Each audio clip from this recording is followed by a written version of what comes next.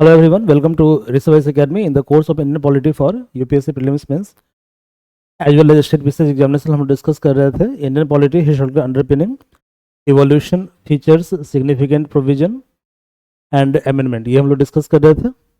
Okay, तो हमने discuss किया था, हमने क्या स्टार्ट किया, दोबारा हम सिलेबस को पढ़ते हैं। सिलेबस क्या लिखा हुआ था? लिखा हुआ था पहला लाइन में, ठीक है, इंडियन कॉन्स्टिट्यूशन हिस्टोरिकल अंडरपिनिंग, इसका मतलब ऐतिहासिक पृष्ठभूमि, ऑलरेडी हम लोग पढ़ चुके हैं, ठीक है। सेकेंड क्या था? इवोल्यूशन, इवोल्यूशन भी हम लोग पढ़ चुके हैं, ठीक है। इवोल्यूशन के साथ साथ क्या था? इसके बाद था सिग्निफिकेंट फीचर्स। क्या क्या था? सिग्निफिकेंट फीचर्स अभी हम लोग ये पढ़ रहे हैं, जो आर्टिकल नंबर 1 से लेकर आर्टिकल नंबर 51A तक है, इंक्लूडिंग प्रेम्बल। ओके, तो प्रेम्बल हम लोग कंप्लीट कर चुके हैं। इसके बाद है आपका amendment and basic structure of constitution. तो ये 5 पार्ट जो है सिलेबस के अंदर लिखा हुआ है। अभी हम लोग कंटिन्यू कर रहे हैं फीचर्स के बारे में, ठीक है। अभी हम लोग पढ़ रहे हैं फीचर्स ऑफ कॉन्स्टिट्यूशन। ओके, तो इसको पढ़ने से पहले जो कुछ पॉइंट है इसको जरा हम डिस्कस कर लेते हैं, ठीक है। तो अभी तक जो हमने डिस्कस किया था that was as follows. Indian constitution, Bharat का संविधान,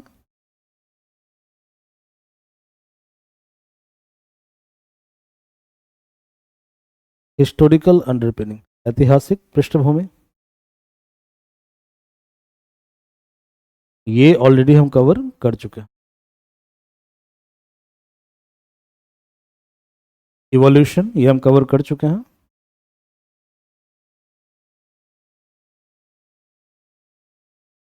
जो सिग्निफिकेंट फीचर्स है,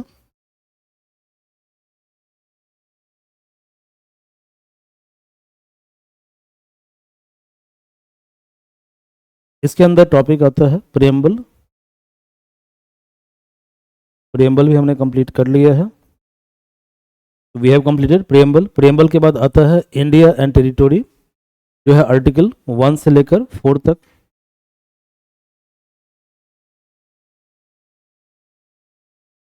article 1 to 4 India and territory.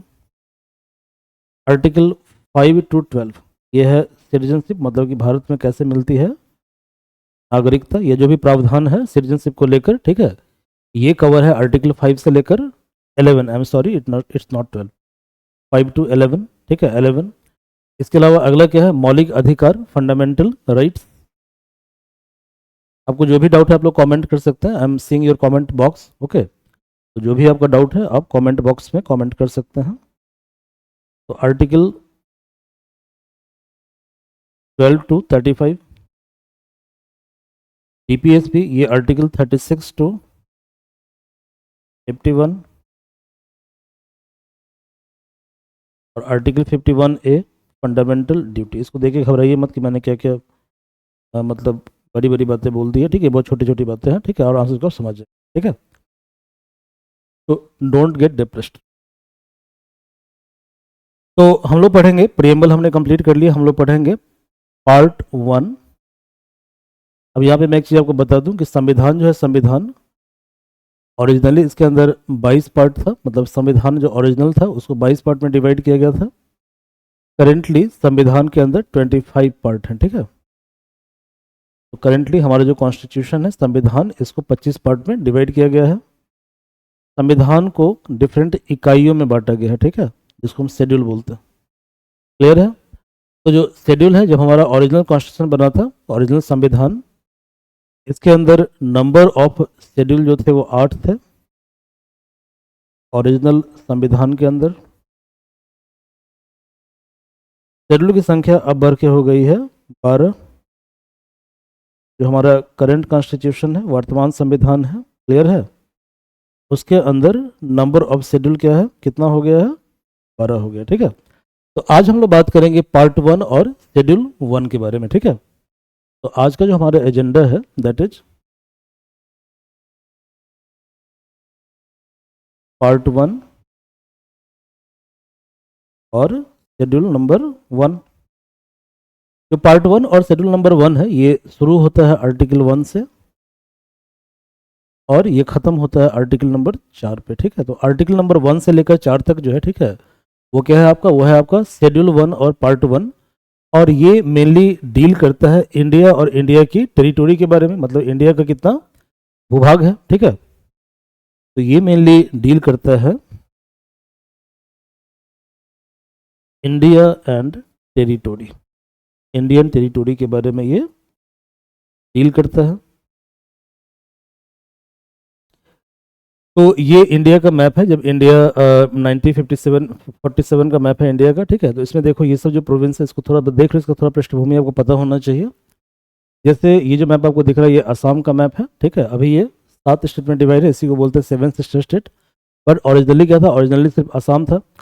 यदि असम के मैप को आप समझते हैं, इसकी पृष्ठभूमि को आप समझते हैं, तो इसका फायदा ये होगा कि इसके नेबर में जितने भी कंट्रीज हैं, ठीक है, फॉर एग्जाम्पल यहाँ पर बांग्लादेश है, ठीक है, तो आपको समझ में ये आ जाए कि कॉन्फ्लिक्ट किया बांग्लादेश के साथ हमारा, ठीक है। यहाँ पर देखिए, यहाँ पर म्यांमार है, म्यांमार से हमारा कॉन्फ्लिक्ट होता है, तो ये रीजन आपको समझ में आ जाएगा। यहाँ भूटान है, ठीक है, इससे क्या कॉन्फ्लिक्ट है, यहाँ पर नेपाल है, इससे क्या कॉन्फ्लिक्ट है, ये सारी की सारी पृष्ठभूमि जो है आपको मालूम हो जाएगी जब आप क्या करेंगे, आप पुराने मैप को देखेंगे और पुराने मैप के पृष्ठभूमि को आप स्टडी करेंगे। क्लियर है। ये बिहार का मैप है, ये यूनाइटेड प्रोविंस मतलब यूपी का मैप है, इसके बारे में हम लोग बाद में बात करेंगे, ठीक है। तो यहाँ पे मैप में एक चीज़ देखिए कि जैसे आपने देखा होगा, मैप के अंदर देखिए जरा ध्यान से, ये जो पार्ट आपको दिख रहा है, दिस पार्ट, ओके, ये एरिया है मुस्लिम डिमांड फॉर इंडियन स्टेट। तो कौन कौन सा रीजन पाकिस्तान का पार्ट बनना चाह रहा है, देखिए पंजाब, ठीक है, Punjab they want to become part of Pakistan. इसके बाद देखिए यही बलूचिस्तान है, यहाँ पे अभी कंट्रोवर्सी चल रहा है, प्रॉब्लम चल रहा है। सिंध रीजन, इसके अलावा इधर कौन सा रीजन है, बंगाल रीजन और असम रीजन। तो ये पूरा का पूरा पार्ट जो है, ठीक है, they want to become part of Pakistan. ये जो पार्ट आपको दिख रहा है, मतलब कि इस तरह का मैप दिया हुआ है, ऐसा है बॉक्स और ऐसे लाइन दिया हुआ, ये ब्लैक लाइन है, ध्यान से दीजिएगा, ठीक है। जैसे यूनाइटेड प्रोविंस जिसको यूपी बोलते हैं आज की डेट में, उत्तर प्रदेश, बिहार, ओके, बिहार। इधर देखिए सेंट्रल प्रोविंस जिसको आज के डेट में मध्य प्रदेश हम बोलते हैं, ठीक है, मध्य प्रदेश बोलते हैं। इधर आपका मुंबई वाला पार्ट हो गया, वेस्टर्न स्टेट हो गया जो भी गुजरात है, okay, Mysore state, Madras state, okay, ये सभी क्या थे, देवर पार्ट ऑफ ब्रिटिश इंडिया। यहाँ तक कोई दिक्कत नहीं है। चलिए अब थोड़ा सा हम पृष्ठभूमि को समझते हैं। पृष्ठभूमि क्या है, पृष्ठभूमि ये है कि जब इंडिया इंडिपेंडेंस एक्ट आता है 1947, इंडिया इंडिपेंडेंस एक्ट आता है 1947 में,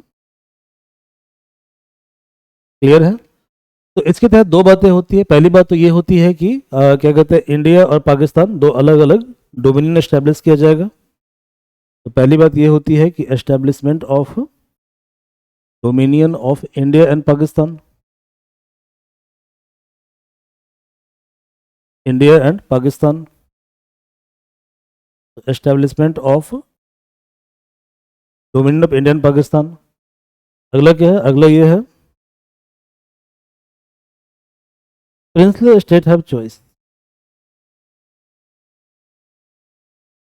इनके पास ये चॉइस है कि दे became part of India,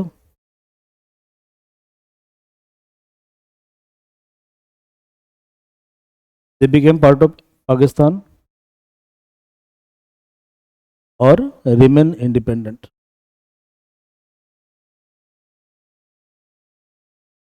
remain independent यानी कि या तो ये इंडिया के पार्ट बन सकते हैं या पाकिस्तान के पार्ट बन सकते हैं या ये इंडिपेंडेंट हो सकते हैं। अब जरा दोबारा इस मैप को आप देखें। यदि मान लीजिए इंडिया के अंदर उस समय, मान लेना ये फैक्ट है, ठीक है, इंडिया के अंदर उस समय नंबर ऑफ जो प्रिंसली स्टेट था उसकी संख्या थी मोर देन 500। कितनी संख्या है, मोर देन 500, क्लियर है। और प्रिंसली स्टेट ने, ठीक है, एक कानून साइन किया था, ठीक है, ब्रिटिश के साथ, जिसका नाम था पैरामाउंट सी। क्या नाम था इसका, पैरामाउंट सी। ये ऑलरेडी हम पहले पढ़ा चुके हैं, यहाँ पे हम जस्ट रिवाइज करवा रहे हैं आपको। पैरामाउंट सी, तो पैरामाउंट सी का मतलब ये होता है कि यदि प्रिंसली स्टेट का इंटरेस्ट, ठीक है, क्लियर है, या उसकी सोवर्निटी या उसकी टेरिटोरी पे कोई भी अटैक करता है या टेरिटोरी कॉम्प्रोमाइज होता है, ओके, तो ऐसा एज्यूम किया जाएगा कि that is compromise with territory of British, यानी कि आप अटैक करें ब्रिटिश इंडिया के ऊपर, क्लियर है। तो इस केस में जो प्रिंसली स्टेट है उसको प्रोटेक्ट करने की जो जिम्मेदारी है, रिस्पॉन्सिबिलिटी है, ठीक है, that rest with British India, British government. ये क्लियर है, यहाँ तक कोई दिक्कत नहीं है, समझ में आपको आ रहा है। ओके। लेकिन जैसे ही इंडिया इंडिपेंडेंस 1947 आता है, तो इसके आते ही ब्रिटिश इंडिया का रूल क्या होता है, एंड हो जाता है। तो तीसरी घटना ये भी होती है भाई, ठीक है, end of rule of British India.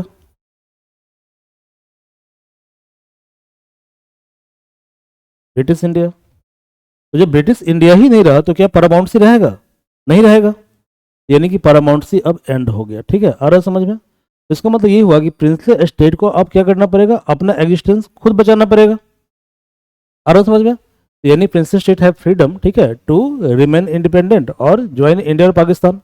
Now tell me one thing, क्या कोई भी कंट्री जो है, ठीक है, इंडिया पाकिस्तान ज्वाइन करना चाहेगा?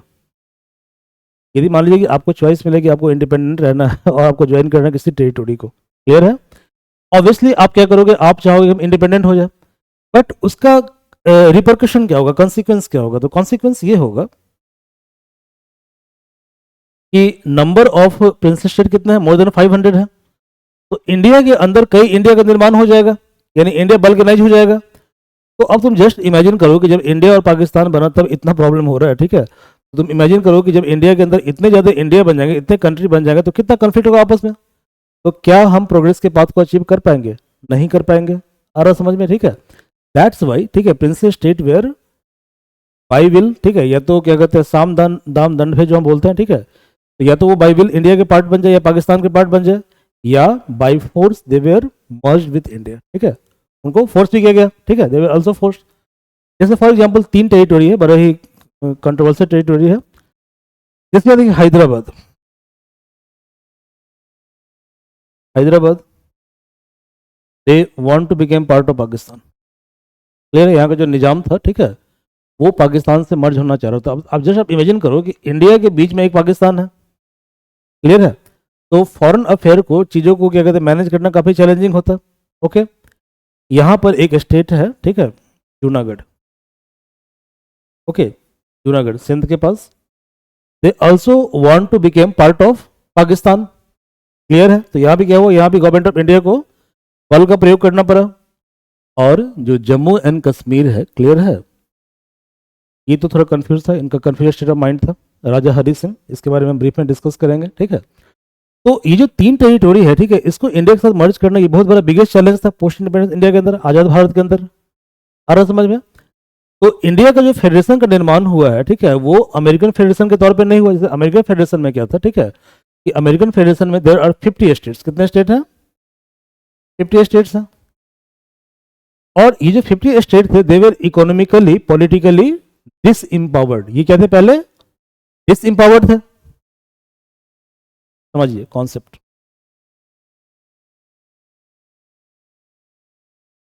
Federation of India,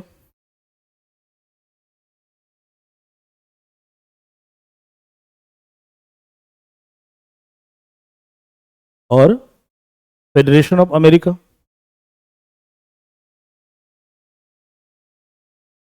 American federation, federation. American federation में क्या हो रहा है कि they are economically politically, economically politically weak units, units. आ रहा समझ में? इंडिया में क्या हो रहा है? ट्रांसफर ऑफ पावर हो रहा है। इंडिया में ट्रांसफर ऑफ पावर हो रहा है, यानी यहां पर मुद्दा इकोनॉमिक वीकनेस या पॉलिटिकल वीकनेस नहीं है। ठीक है, यहां पे मुद्दा क्या है? यहां मुद्दा यह है कि पहले ब्रिटिश इंडिया था, अब ये इंडिया है। पावर का जो ट्रांसफर हो रहा है, पावर का ट्रांसफर वो कहां से कहां हो रहा है? ब्रिटिश इंडिया टू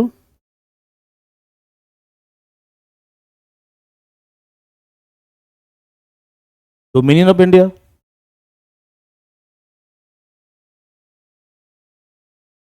और इस पावर ट्रांसफर में क्या है कि there are 2 unit of British India. British India का 2 यूनिट है, तो पहला यूनिट है ब्रिटिश इंडिया इटसेल्फ। ठीक है, पहला यूनिट कौन है? पहला इंडिया है, पहला जो यूनिट है वो है ब्रिटिश इंडिया इटसेल्फ। तो जैसे ही पावर ट्रांसफर हुआ तो क्या हुआ, British India automatically became part of dominion of India. But जो प्रिंसली स्टेट है, प्रिंसली स्टेट, इसके ऊपर इनडायरेक्ट कंट्रोल था ब्रिटिश गवर्नमेंट का, ठीक है। That's why princely state have freedom, ठीक है, इधर टू ज्वाइन पाकिस्तान, इंडिया और रिमेन इंडिपेंडेंट। ओके, तो एक आप यूट्यूब पे एक वेब सीरीज है प्रधानमंत्री, कभी आपको टाइम मिले तो जाकर देखिएगा, ठीक है। प्रधानमंत्री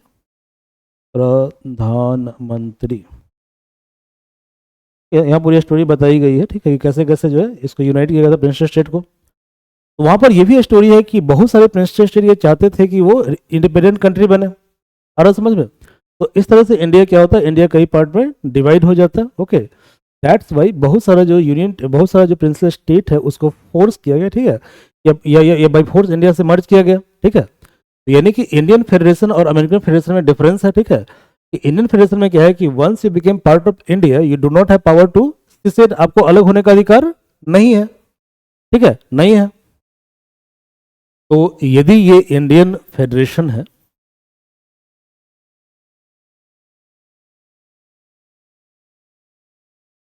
और इस तरफ क्या है, इस तरफ आपका अमेरिकन फेडरेशन है, अमेरिकन फेडरेशन है। तो इंडियन फेडरेशन में क्या है कि नो राइट टू सीसेड, आपको अलग होने का अधिकार नहीं है, मतलब once you became part of India, ठीक है, okay, you can not secede from India, आप इंडिया से अलग नहीं हो सकते हैं। तो नो राइट टू सीसेड।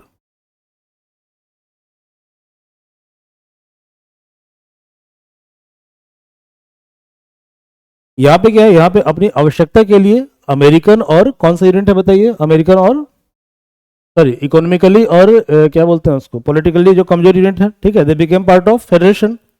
तो they have right to merger as well as right to secede both, ठीक है। यानी यहाँ पे क्या है, यहाँ पे मर्जर का राइट है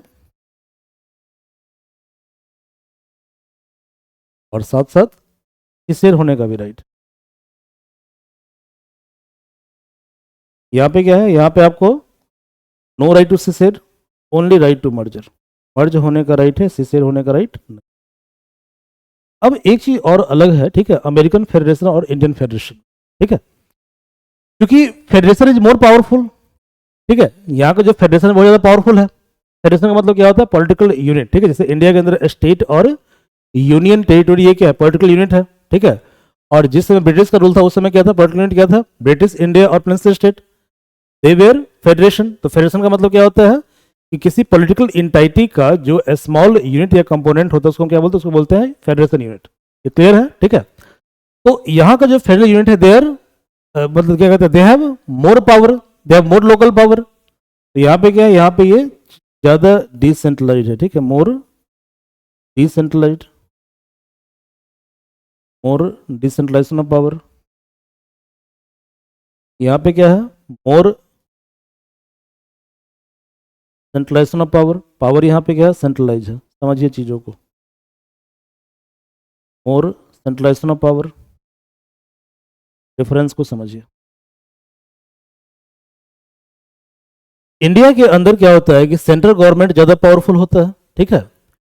और अमेरिकन फेडरेशन में क्या होता है कि सेंट्रल गवर्नमेंट स्टेट गवर्नमेंट दोनों के पास पावर होता है, क्लियर है, ठीक है। और इवन क्या होता है कि state government are more powerful, ठीक है, इवन इन सम केसेस, ठीक है, than in comparison to state unit, sorry federation. ये क्लियर है। यहाँ पे क्या है, पार्लियामेंट इज मोर, क्या कहते हैं, parliament is more powerful, clear है। यहाँ पे क्या है, central government is more powerful. तो जब इंडिया के अंदर प्रेसिडेंट रूल लागू होते हैं, मान लीजिए इंडिया के अंदर इमरजेंसी आ गया, ठीक है, आप समझिए इस चीज को, तो क्या होगा, यहाँ पे मोर डिसेंट्रलाइज है, इंडिया क्या है, इंडिया मोर सेंट्रलाइज है।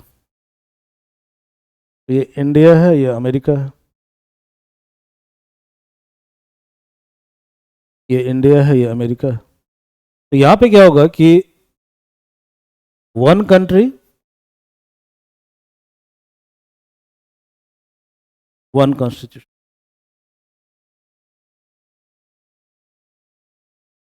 वन कॉन्स्टिट्यूशन, यानी कि पूरे देश का जो फेडरेशन है, यूनियन है, ठीक है, या whatever be the name of political unit, ठीक है, all kind of political unit are deriving power from only one, so that is called constitution. Clear है? कॉन्स्टिट्यूशन, यहाँ पे क्या है? Many units, many constitution, many constitution मतलब every federal unit have their own own constitution. Clear है? तो यहाँ पे क्या है कि हर एक फेडरल यूनिट के पास अपना अपना कॉन्स्टिट्यूशन है। यहाँ पे क्या है? One country one constitution, constitution यानी we are not truly federal. Clear है? We are more centralised, we are more centralised, less federal, less federal. यहाँ पे क्या है? One nation one citizenship. वैसे कुछ सीडो बुद्धिजीवी है, सीडो समझते हैं? सीडो मतलब फेक, सीडो मतलब फेक बुद्धिजीवी, ठीक है, नए नए पढ़े लिखे लोग। तो कई बार ये एडवोकेट कर देते हैं, ठीक है, जब इनके पास क्या होता है गलत तरीके से मतलब पैसा आ जाता है, बिना नॉलेज के पैसा आ जाता है, ठीक है, तो फिर इनको मीडिया बोलने का अधिकार मिल जाता है। ओके, तो ये बोलते हैं कि India must also have dual citizenship. Okay, लेकिन जब डुअल सिटीजनशिप कर दोगे तो इसका मतलब क्या होगा? इसका मतलब ये होगा कि कंट्री की जो यूनिटी है और कंट्री की जो इंटीग्रिटी है that will be threatened. Clear है? उसको थ्रेट पहुंचेगा। तो यानी कि हमारा जो प्रियम्बल का वैल्यू है यूनिटी एंड इंटीग्रिटी, कौन सा वैल्यू है? Unity and integrity. इस वैल्यू को मेंटेन करने के लिए जो है one nation one citizenship essential है, one country one constitution essential है। अमेरिका में क्या होता है? अमेरिका में एक है आपका स्टेट का सिटीजनशिप, क्लियर है, फेडरल यूनिट का सिटीजनशिप, और एक है ओवरऑल फेडरेशन का सिटीजनशिप। तो यहाँ पे क्या है? यहाँ पे आपका है डुअल सिटीजनशिप, डुअल सिटीजनशिप। तो आई थिंक ये आपको थोड़ा बहुत क्लियर हो गया होगा कि क्या डिफरेंस है इंडियन फेडरेशन के अंदर और अमेरिकन फेडरेशन के अंदर। डायरेक्टली हम आते हैं कॉन्स्टिट्यूशन के ऊपर, डायरेक्टली हम आते हैं एक ऑन कॉन्स्टिट्यूशन। तो हमें पढ़ना है article 1 to 4 union and territory of India.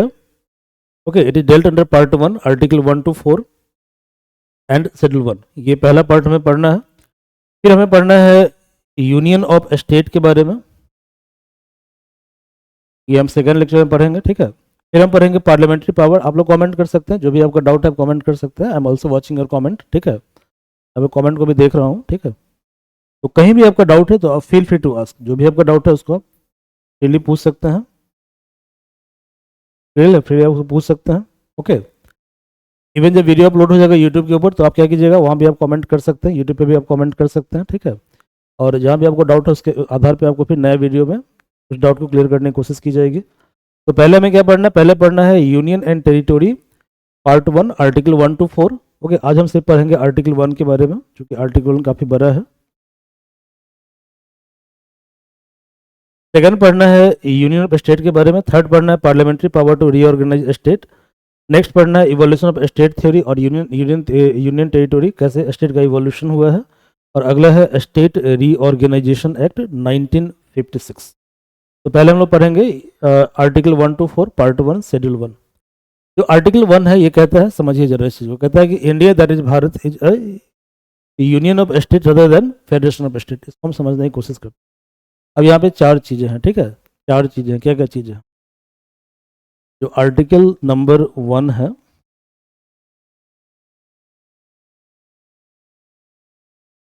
Article 1, यहाँ चार चीज़ें।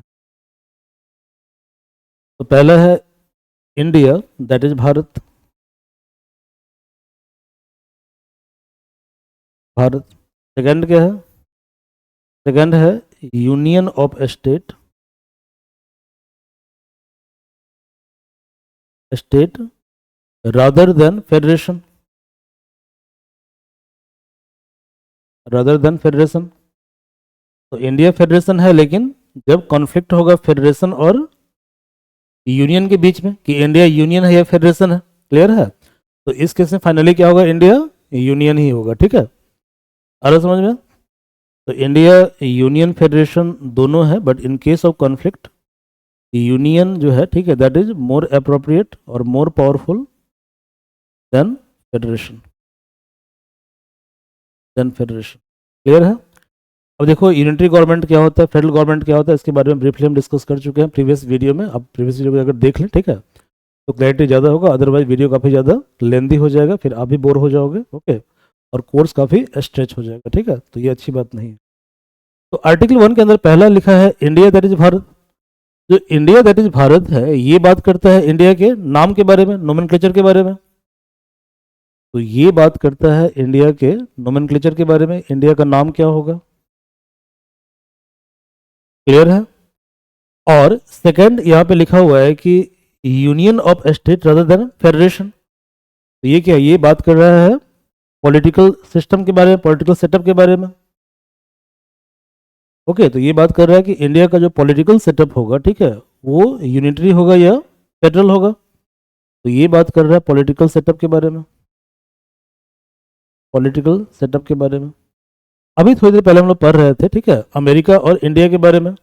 हमने पढ़ा कि अमेरिकन फेडरेशन में फेडरल यूनियन के पास ज़्यादा पावर होता है, यानी फेडरेशन जो है, फेडरेशन वो क्या होता है, मोर डिसेंट्रलाइज होता है, जबकि यूनिटरी क्या होता है, मोर सेंट्रलाइज होता है।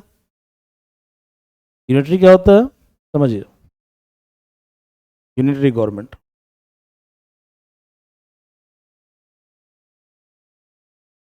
यहाँ पे क्या होता है कि पावर का जो कॉन्सेंट्रेशन है वो अपर हैंड में होता है, ठीक है। यानी यदि मान लीजिए ये टॉप है, सॉरी ये बॉटम है, बॉटम है, तो क्या होगा, पावर का ट्रांसफर क्या होगा, पावर का ट्रांसफर टॉप की तरफ होगा। लेकिन जो फेडरल पावर होता है, ये फेडरेशन होता है, फेडरेशन होता है, वहाँ पे क्या होता है, वहाँ पे जो नीचे वाले अथॉरिटीज के पास पावर ज़्यादा होता है, ठीक है, पावर ज़्यादा होता है। तो ये क्या है, ये मोर डिसेंट्रलाइज्ड है, it is more decentralised, more decentralised. ये क्या है, इट इज मोर सेंट्रलाइज्ड,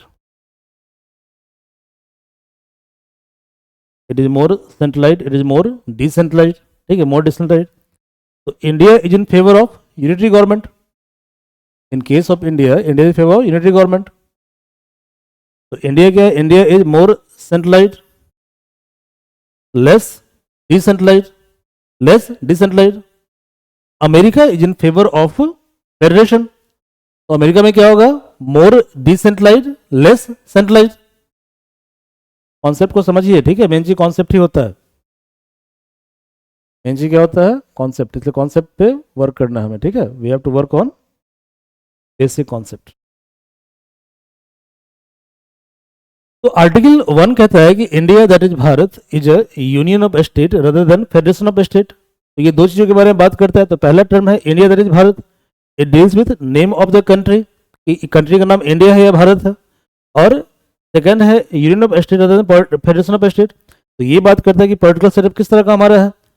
अब पहला बात है नेम ऑफ द कंट्री, मतलब इंडिया दैट इज भारत, ठीक है। तो हमारा जो कॉन्स्टिट्यूंट असेंबली है, संविधान सभा है, वहां पे ये डिबेट हुआ, डिबेट छिड़ गया, ठीक है, कि भाई हमारे देश का नाम इंडिया होगा या भारत होगा, क्लियर है। तो कुछ मेंबर्स ने ये कहा, कुछ मेंबर्स ने बोला कि ट्रेडिशनल नाम को प्रायोरिटाइज किया। तो ट्रेडिशनल नाम क्या है, भारत हमारा है, ठीक है। तो कुछ लोगों ने बोला कि भाई हमारा नाम भारत ही होना चाहिए, ट्रेडिशनल नाम। कुछ लोगों ने कहा कि we should follow modern trend, मतलब कि मॉडर्न नाम क्या है, इंडिया है। दोनों की बात को मान ली गई, तो अल्टीमेटली हमारा नाम हो गया इंडिया दैट इज भारत, ठीक है। तो इंडिया जो है, इंडिया क्या है आपका, इंडिया आपका मॉडर्न नेम है, और भारत क्या है आपका ट्रेडिशनल नेम है, ट्रेडिशनल नेम है। तो इंडिया मॉडर्न नेम है, ठीक है।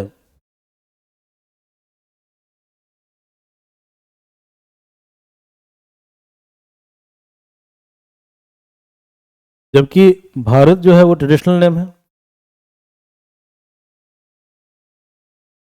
ट्रेडिशनल नेम है। नेचर ऑफ पॉलिटी, तो यहाँ पे दो तरह की बात हुई नेचर ऑफ पॉलिटी की, यूनिटरी और फेडरल।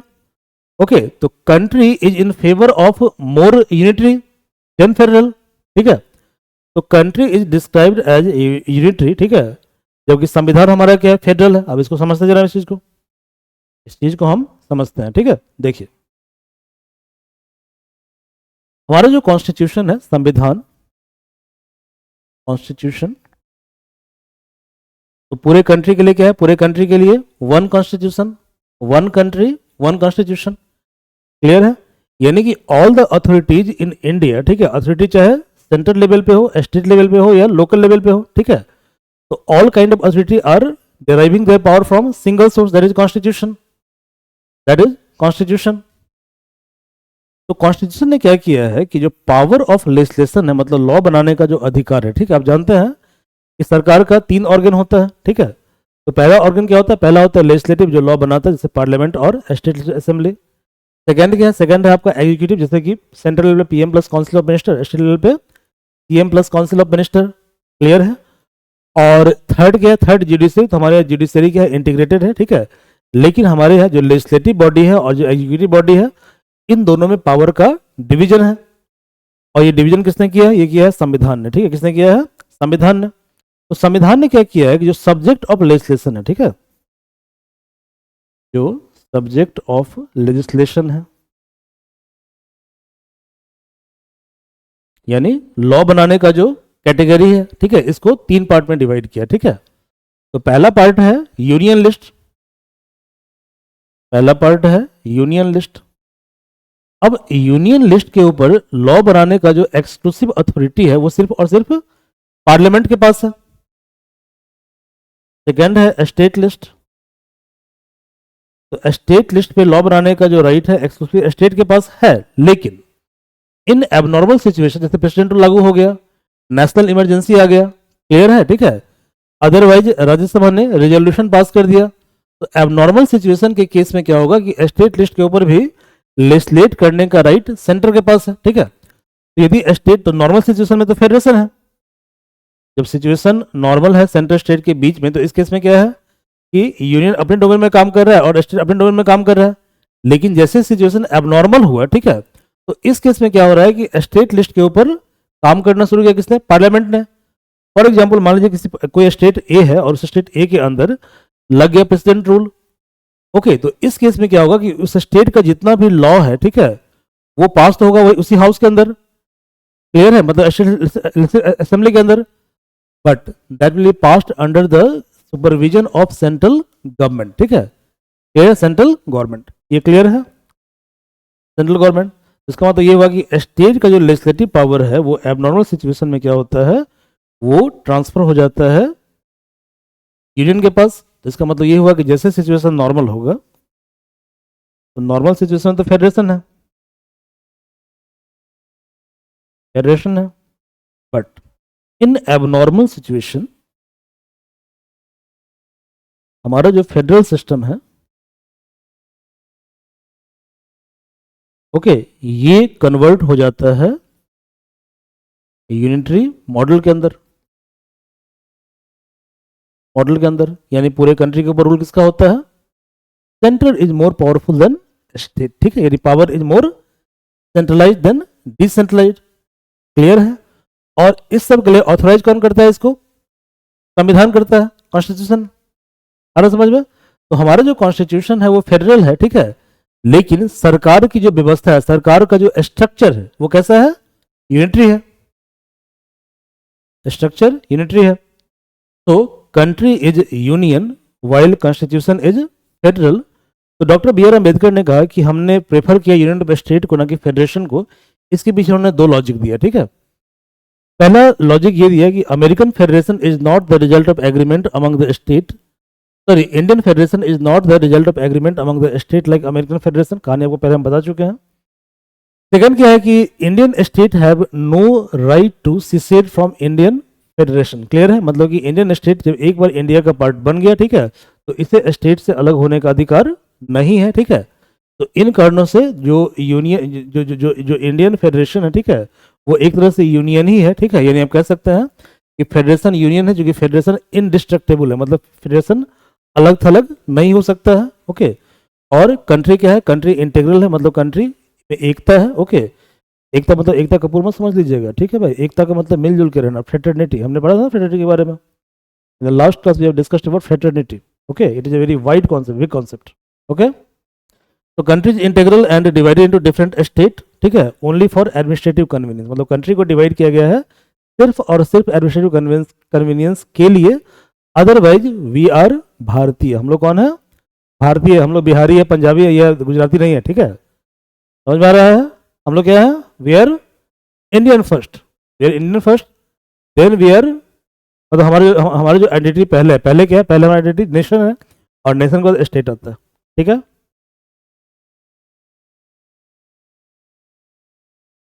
ओके, आर्टिकल 1 जो है वो इंडियन टेरिटोरी को 3 पार्ट में डिवाइड करता है। तो पहला है टेरिटोरी ऑफ स्टेट, यानी कि स्टेट का टेरिटोरी कहाँ तक होगा, उसका क्या डिफिनेशन होता है।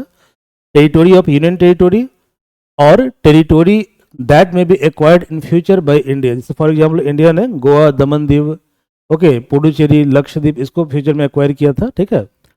तो टेरिटोरी का मतलब 3 तरह का टेरिटोरी होगा। पहला होगा टेरिटोरी ऑफ स्टेट, सेकंड होगा territory of union territory, clear है, और थर्ड क्या होगा, टेरिटोरी दैट में एक्वायर्ड इन फ्यूचर। तो जो पहला शेड्यूल है कॉन्स्टिट्यूशन का वो डील करता है टेरिटोरी के बारे में। So the name of state and union territory, और इसका टेरिटोरियल लिमिट कहाँ तक है, मतलब कहाँ तक उनका प्रसार है, फैलाव है, ठीक है। इसके बारे में ब्रीफली कहाँ दिया हुआ है पहले शेड्यूल ऑफ कॉन्स्टिट्यूशन के अंदर, ठीक है। इसके अलावा जो टेरिटोरी ऑफ स्टेट है, जो करेंटली इंडिया के अंदर 28 स्टेट है, ये आपको मालूम है, शायद नहीं मालूम है तो बहुत शर्म की बात है, ठीक है। तो 28 स्टेट है और 8 क्या है, यूनियन टेरिटोरी है, ओके। इसके अलावा जो संविधान का प्रोविजन है वो हर एक स्टेट पे इक्वली एप्लीकेबल है, जो कि कंट्री का एक ही कॉन्स्टिट्यूशन है, ठीक है। और साथ साथ क्या है कि हमारे संविधान के अंदर स्पेशल पार्ट है, पार्ट 21। इसके बारे में थोड़ा सा हम बात कर लेते हैं, पार्ट 21। तो जो पार्ट 21 है संविधान का, 21, ठीक है, 21, ये मेनली डील करता है 2 शेड्यूल के बारे में।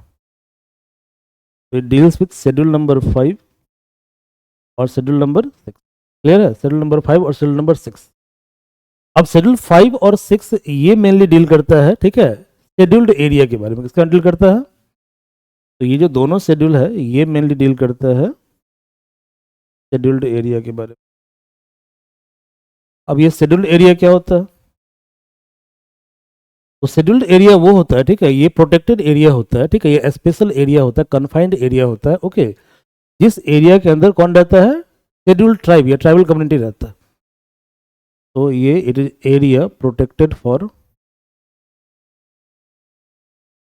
Tribal community.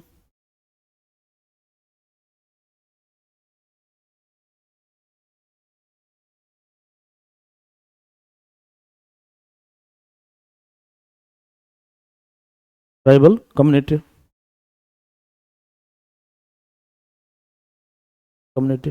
तो इनका जो संविधान होता है थोड़ा अलग टाइप का होता है, क्लियर है। इनका संविधान मतलब इनके ऊपर भी देश का संविधान लागू होता है, लेकिन वो मॉडिफाइड वर्जन में लागू होता है। फॉर एग्जांपल जो नॉर्मल सिचुएशन है वहाँ पे क्या होता है, वहाँ पे आपका पंचायती राज है, ठीक है। नॉर्मल सिचुएशन में क्या होता है, पंचायती राज होता है, क्लियर है, पंचायती राज होता है, ओके।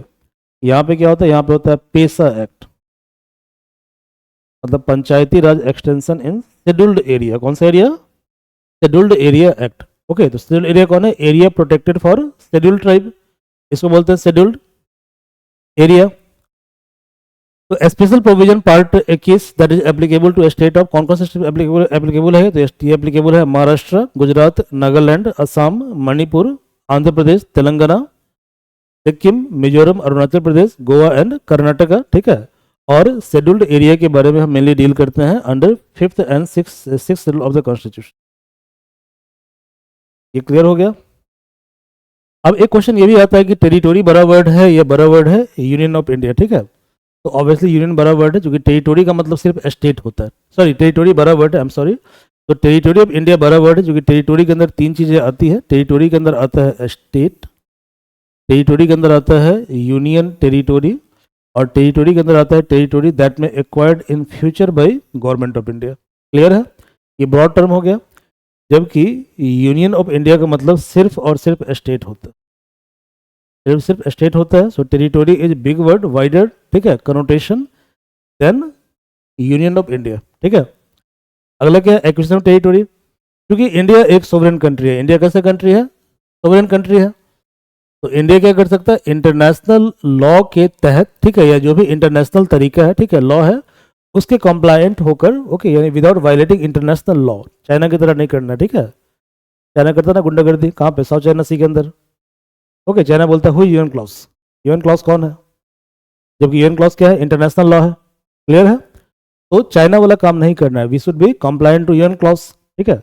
तो हमें क्या करना है, इंटरनेशनल लॉ के कंप्लायंट होकर, क्योंकि हम एक सोवरेन कंट्री है, ओके, हम किसी अदर टेरिटरी को एक्वायर कर सकते हैं, जैसे हमने किया था ऑपरेशन विजय, कब किया था, 1961 में किया था। क्लियर है? क्लियर है ना भाई? समझ में आएगा? समझ में आया? बताइए।